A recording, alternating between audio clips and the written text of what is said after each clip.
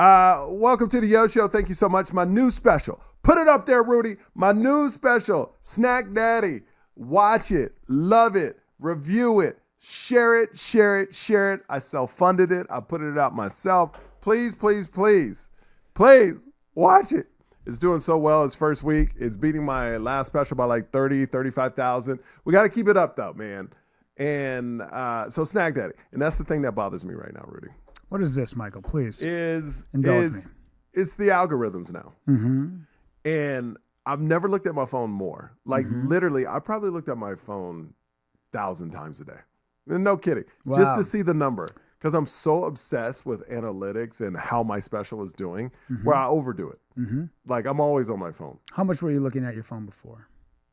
A lot, but not that much. Like if it's 1,000, then right now it's 500 back then. Yeah. You know, so, and I'm kind of blowing up the numbers, but man, I want this to do so well. Yeah, of course. And I want it to beat my last one.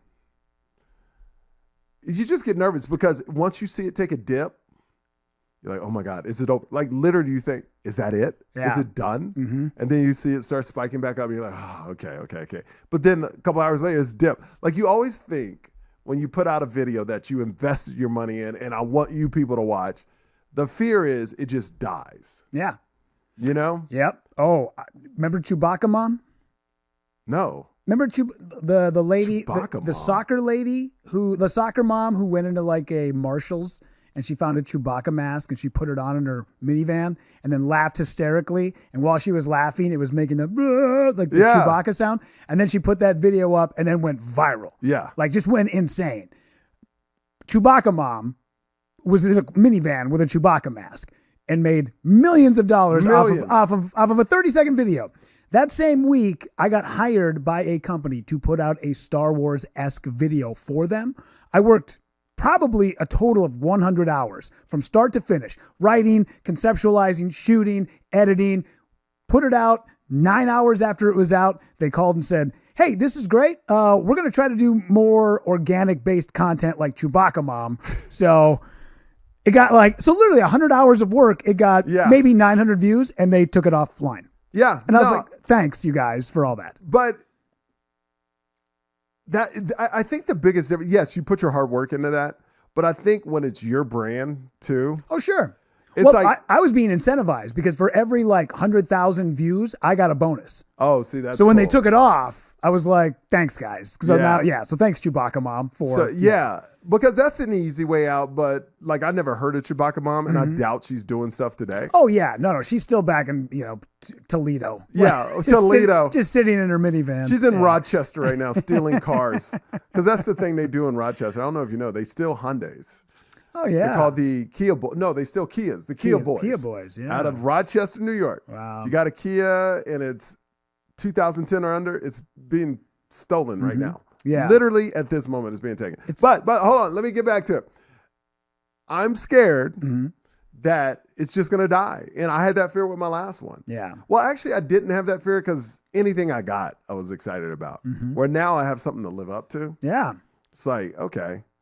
So I'm comparing it to my old one, but it's a whole different world with YouTube. You can't compare them. There's nothing worse than when people go, well, what is your definition of success? Oh, well, I know my definition of success. Do you? It's where things I used to have to say yes to, I don't have to say yes to. I can say no to. That's a good one. Yeah. Because literally, no matter how much money you got, whatever, if you still have to do the stuff, you could be a millionaire. But to keep those millions, you have to do a lot of things you don't like that you still have to say yes to. Sure. Then that's not success. Okay. Success to me is not about money. It's about those opportunities. Hey, will you drive 4 hours to do a set for $25? I'm like, absolutely not. But 10 years ago, 11 years ago, I would drive 4 hours for $25 just to get stage time. Sure.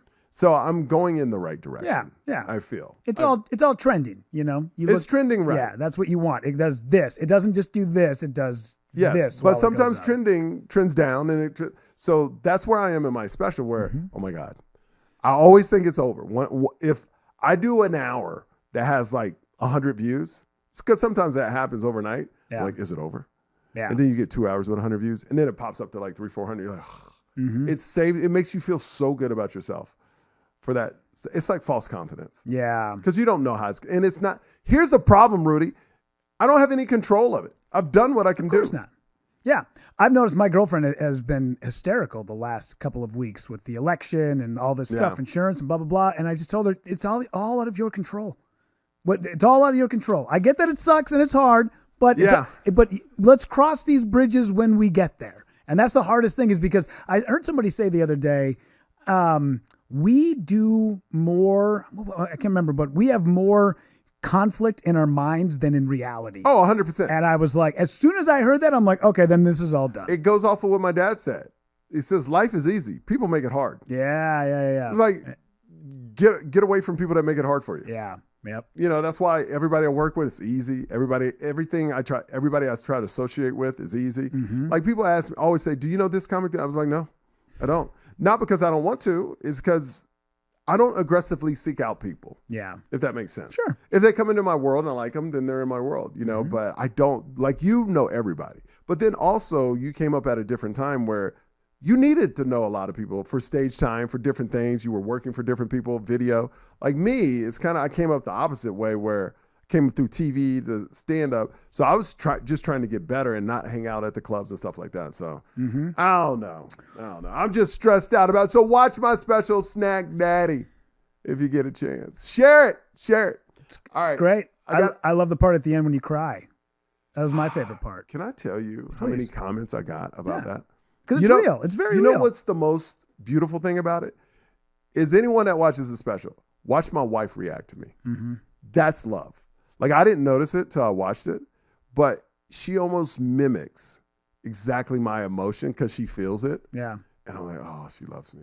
Yeah. She loves me so much. Yeah, it was a beautiful moment. I thought it was great. I'm glad that it was a nice little button at the end of it. It was. Mm-hmm. It was. Yeah. I'm just stressed. Of course. I got this tour. Anyway, I don't want to talk about this. I want to talk about a person. Some of you people, not you, well, not my people, but the people watching this, you know these people. I'm on a plane and I fly a lot.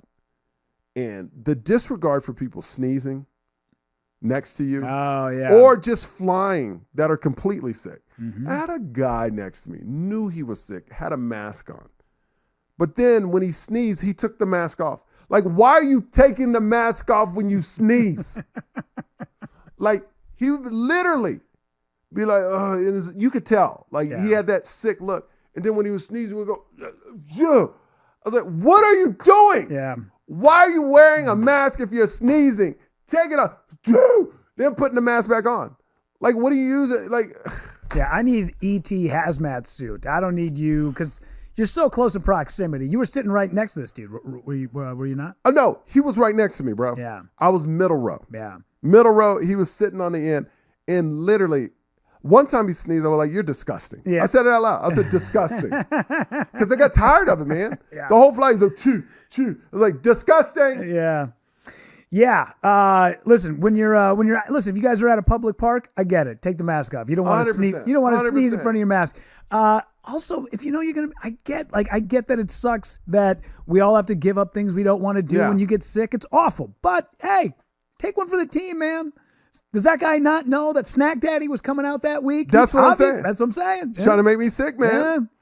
Yeah. But the disregard and then the people, stop with the handkerchiefs, please. Stop these older guys that still have the little, they blow in it, put their whole hands on it, just stick it back in their jacket, just sneeze again, take it out. Literally, you're taking out something that's already disgusting, putting it in your pocket, taking it back, putting it back.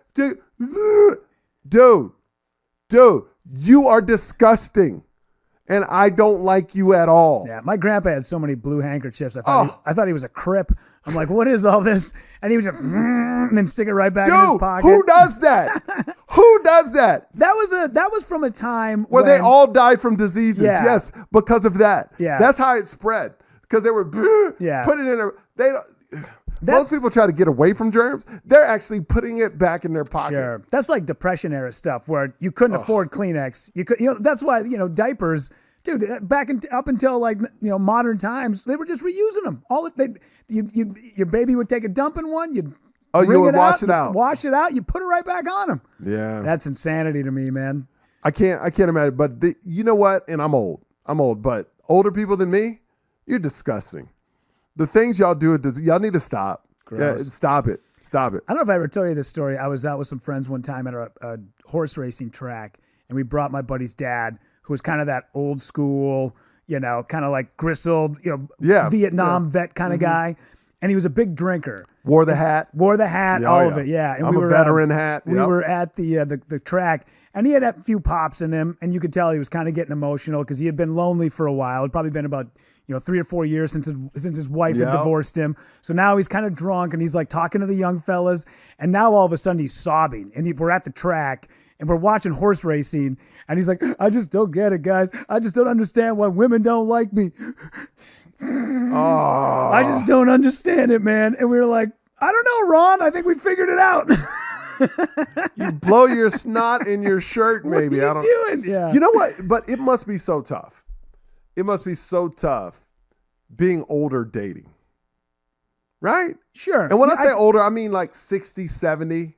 Yeah. Because here's the thing, like a lot of people take better care of themselves now. So like 60-year-old, 70-year-old, like that's still date worthy. Like it seems, I'm a lot older, so it seems way closer than it used to. Because I remember the first time somebody told me they were 30, I was 13.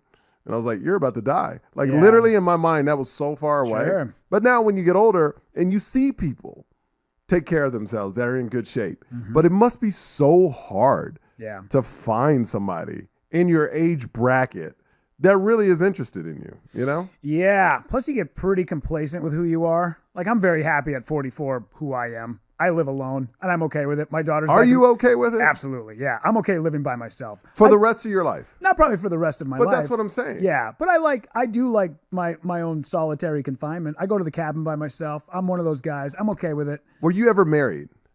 I was with somebody. I mean, my daughter's mom, I was with her for 8 years. We were never married. Married, okay. But, yeah, okay. But we lived together. We bought a house together. We did everything but sign the paperwork. Okay. Yeah. All right. Yeah, because I just can't imagine, because I see like older people, like that are single, and I'm like, how hard would it be to get back in that world? Oh, yeah. And then, I don't know, sometimes like, I'm only 44, and sometimes I look at other people, and like, I think my girlfriend is hot, but at some point, we got to look at each other naked. And I'm like, ugh, I don't want it. Like gravity's hanging. Like, trust me, I tell her all the time, because my girlfriend, like she does yoga every day. She works out every day. She will look exactly the way she does now when she is 87. Yeah. I will not. Yeah.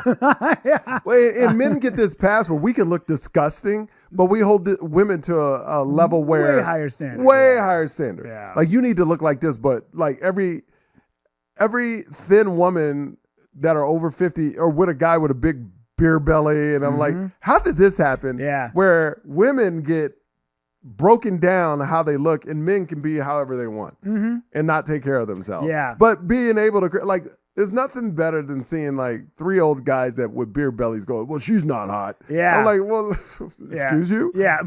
I wouldn't. Yeah. Oh, really? Oh, because all of a sudden she's like, oh, I can't wait to get on that guy. Right. That never happened to It's her. like, yeah. It's always the worst. Yeah. But I tell you, women are even worse than men in that department, because I worked at a radio station. This is when I was at E. And they had 2 women that worked with us. And the Maxim 100 list came out of hottest women. Oh, yeah. They went through every picture and broke down each woman. Like, just look at this. Look at this. And I was like, wow. They're so catty too, though. So catty. Like, women dress up for other women. They don't dress up for us. No, of course not. Yeah. My girlfriend's got a little bit of a jealous streak in her sometimes. Does she? Yeah. Oh, yeah. I don't know if Claire gets that, but... No. Yeah. She doesn't seem like that type of person. Claire is... Because let me tell you something about my wife. She's the most amazing person in the world. And I've never been with a person that I felt 1,000% wouldn't ever cheat on me. You know what I mean? Yeah. Like even looking, or like, she is just the best. Like, I have total confidence. Yeah. 100% confidence that she's not that person. You know what I mean? And it's amazing. It's amazing. Like, she has my code to my phone. Not that she goes through it, but I'm so comfortable. Let me tell you, all you guys in relationships, when you get to the point where they have your passcodes to everything, my computer, my everything, that is such a great feeling, because you're not hiding anything anymore. You know? Yeah, you're also a guy who has nothing to hide. So no. Yeah, absolutely. Yeah. You're like good.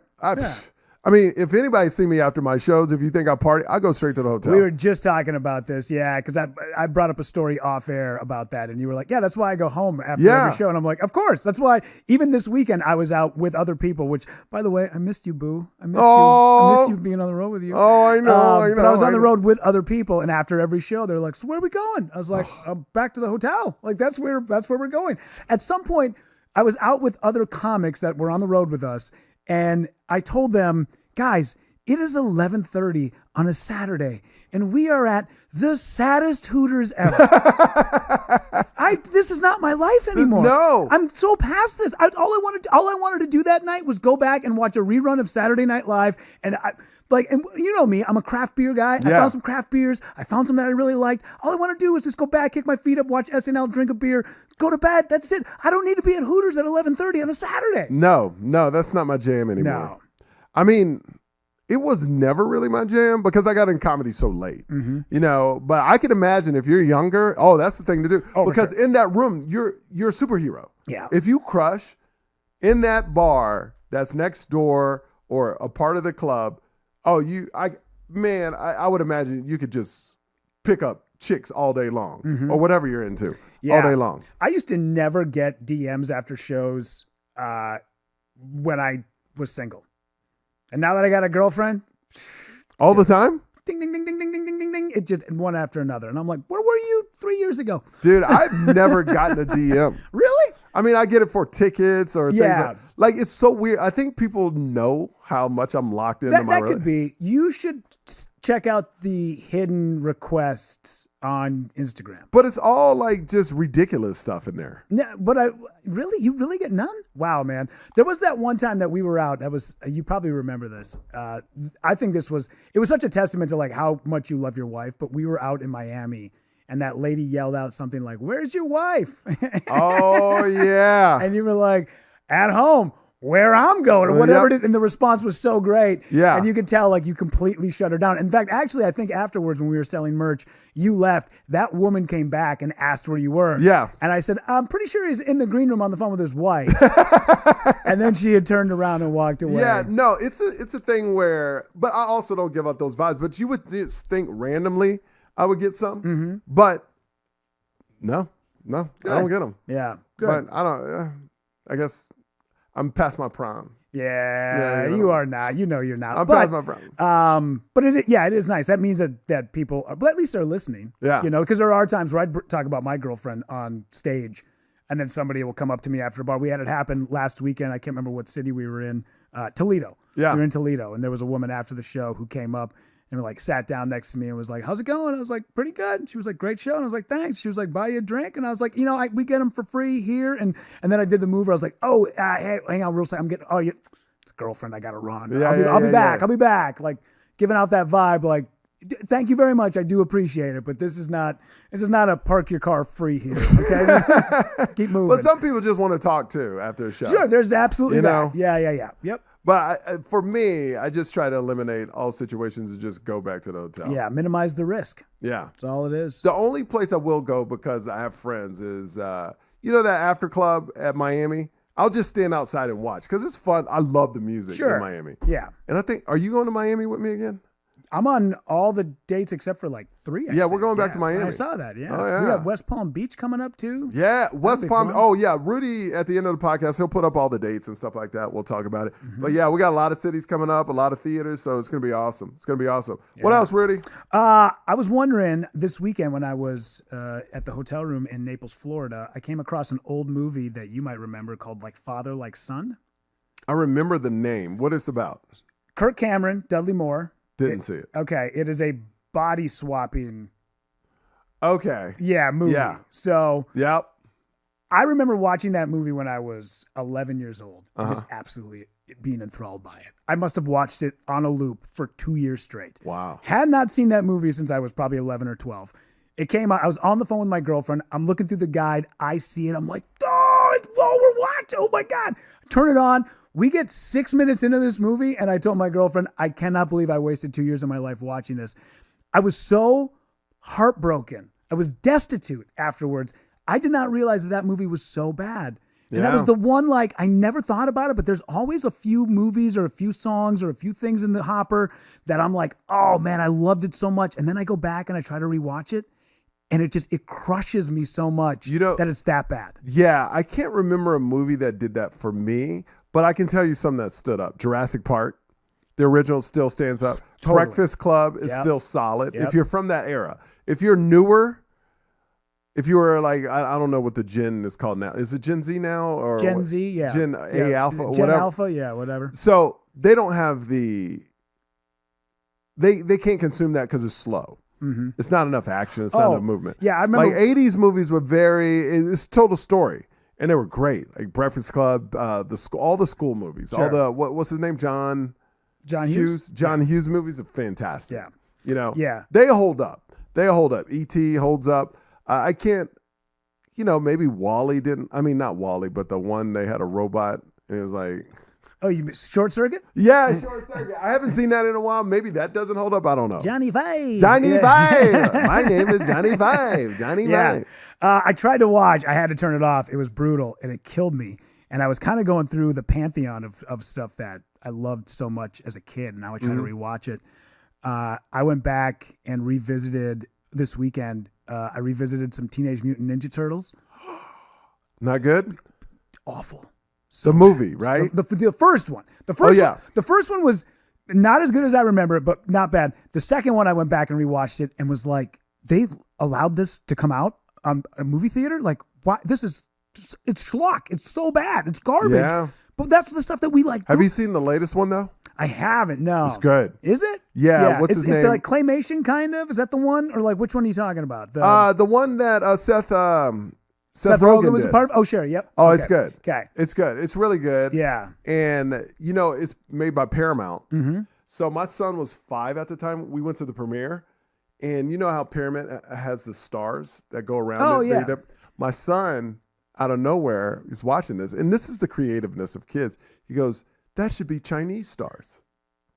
Like they should start the next movie where it's like, yeah. And so I called my friend that works for Paramount, and she told Seth Rogen. Seth Rogen goes, "That's a fantastic idea." Yeah, you know what I mean? It's like that would be such a cool way to bring those stars in. Yeah, with little Chinese stars. Yeah, they got a new one coming out. I've been reading about it, where it's like a gritty R-rated version of it, where all the turtles are murdered except for Raphael. What? Yeah. And it's like a vengeance movie where Wait, he comes who's back. doing this movie? So there was a graphic novel called The Last Ronin. Yeah. And that's what this is going to be based on. So he's coming back to like get vengeance on the people. Is this a real Ninja Turtle movie? If you they're not going to give licenses to that. They would never do that. Because Ninja Turtles. Like there's a lot of stuff that gets a gritty, like look at what they did with Wolverine when they put out Logan. Like when they put that movie out, I mean, Marvel was they were very protective of that brand. Yeah. That movie, when it came out, there's a lot of curse words, there's a lot of swearing, there's a lot of drinking, there's a lot of. But they just re-kicked off this Ninja Turtles franchise. I can't see them going that direction already. They got 2 or 3 more of the Ninja Turtles. Yeah, I mean, but the thing is like they're gearing a lot of that stuff towards your kids. Yeah. What about the people that are in their 40s that grew up on it? I want to see Ninja Turtles take out a whole town I'm vengeance. In. I'm in. This isn't Taken. I want a gritty alcoholic Raphael. No. I want him. I want him strapping that's what I want, a gritty Basketball Diaries version. Where'd you read this? This is not I'm telling you. All right, I'm telling you. I'll put a graphic up. You can see it. It's called this will be great. This cannot happen. Here's what's going to happen. That movie's going to come out, and then I'm going to drag you to it when we're on the road. Yeah. And then we're going to get 10 minutes in, and Denzel Washington's going to show up. Oh, my and he's gosh. going to do a version of Training Day. And we're both going to look at each other and go, we got Gladiator 2. This is awful. Gladiator 2. What a waste of time. What a waste of time. But yes, but I don't know if there's anything else that's in your radar. Where I went back and I watched Alf, not Alf with the TV show or the TV show. Yeah, Alien Life Form. I watched 9 seconds of it and went, this is awful. Like, this is such bad programming. It's bad writing. It's bad acting, all of it.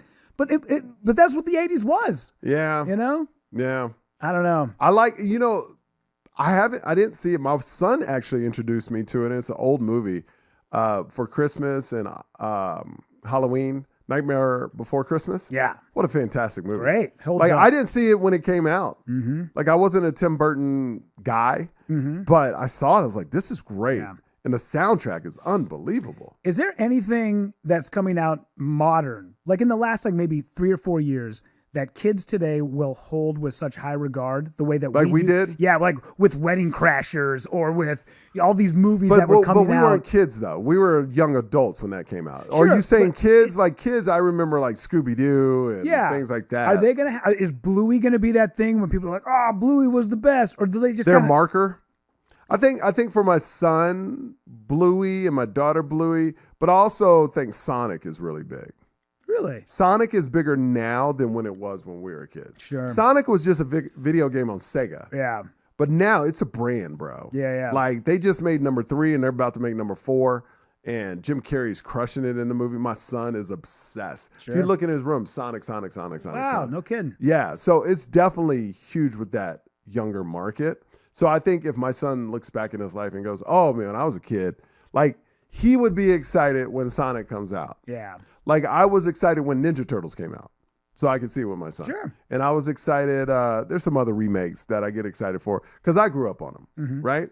But my son, when he has kids, if he ever does, he'll be like, oh, yeah, Sonic was my jam growing up. You know, and that's really cool. Yeah, I like that there's at least 1 or 2 things that kids can kind of hang their hats on when they get older and be like, oh, I remember going back and watching that. You know, they missed the mark a few times for us, like with that first Super Mario Brothers movie. Remember that? Yeah, that was horrible. Dennis, that was the worst. But they killed it this next time around. Oh, this new one's great. See, that's the thing. So that's another movie I got to experience with my son. And what I love about these old animated movies or any animated movies coming out, they're using the music I grew up with now. We're old. Now they're using our music. So my son is listening to the Eagles. He's listening to all this old music. Like, I never really listened to, but I know the songs. And then also some rap songs I grew up with, also some dance songs I grew up. Like, so that's a really cool thing with my son and my daughter, I get to experience. They're singing songs I grew up with. Sure. Which makes it awesome. Because I don't think it was like that before. Man, I don't think our movies growing up had our parents' songs in them. It was just kind of like sound, like just noises. Yeah. Like what those generic beats. Yeah. You should, there's a Kyle Dunnigan bit where he talks about people like, you know how nowadays, you know, you don't get my music, Dad. Yeah. You don't get it. And he talks about how, I wonder if people from the 1930s did that. Oh, yeah. I've seen like that. This, well, I got a nickel and I'm going down with my baby. You know, yeah. It's such a great bit. I don't know, man. I can't remember my dad.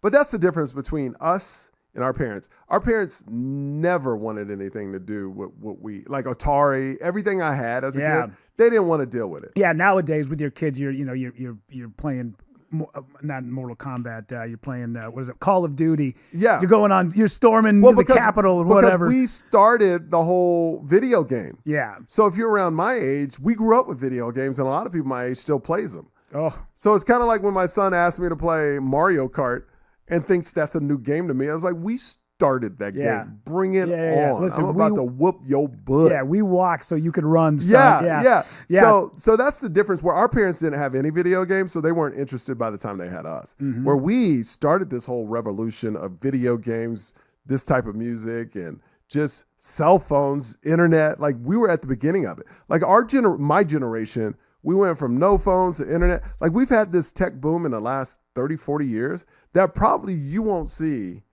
You'll see advancements, but you won't see just not having internet. You know what I mean? Like cars, we've always had cars. Now they're evolving. Now they're going to be self-driving. But it's still a car. Sure. Right? Yeah. You didn't have internet, bro. Yeah. Now you got internet. Yeah. That's crazy. I remember my daughter telling me about Snapchat one day. And she's like, I guess you just don't get it, Dad. I just don't.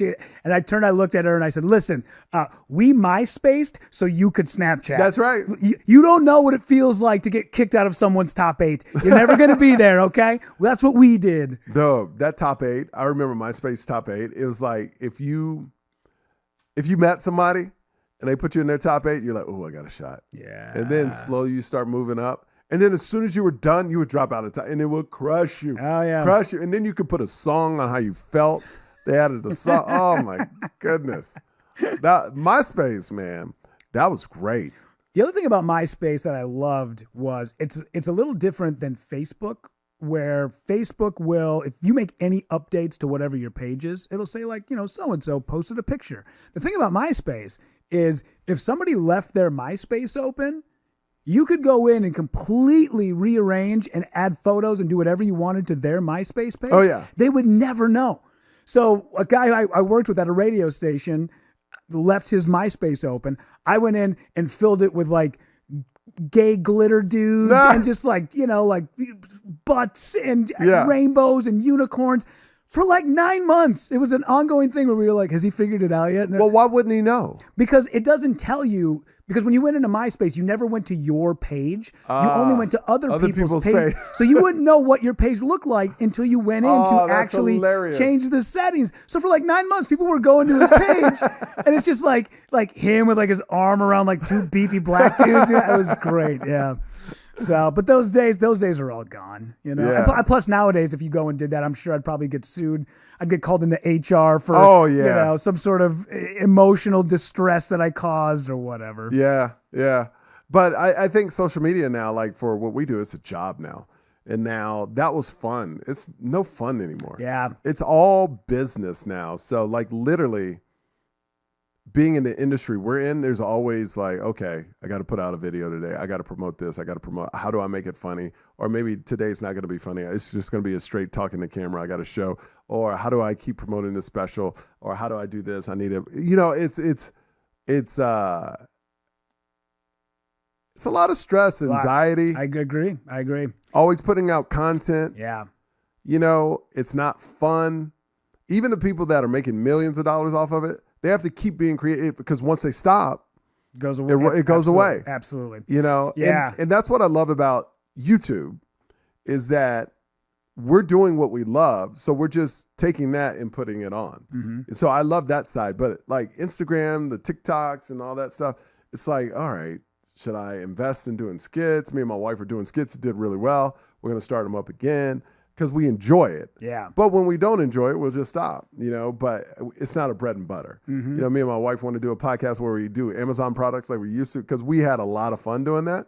So when that comes back, it comes back. But there is this pressure of keeping the momentum going and not stopping because just like in any, because it's crazy because we're all in this world.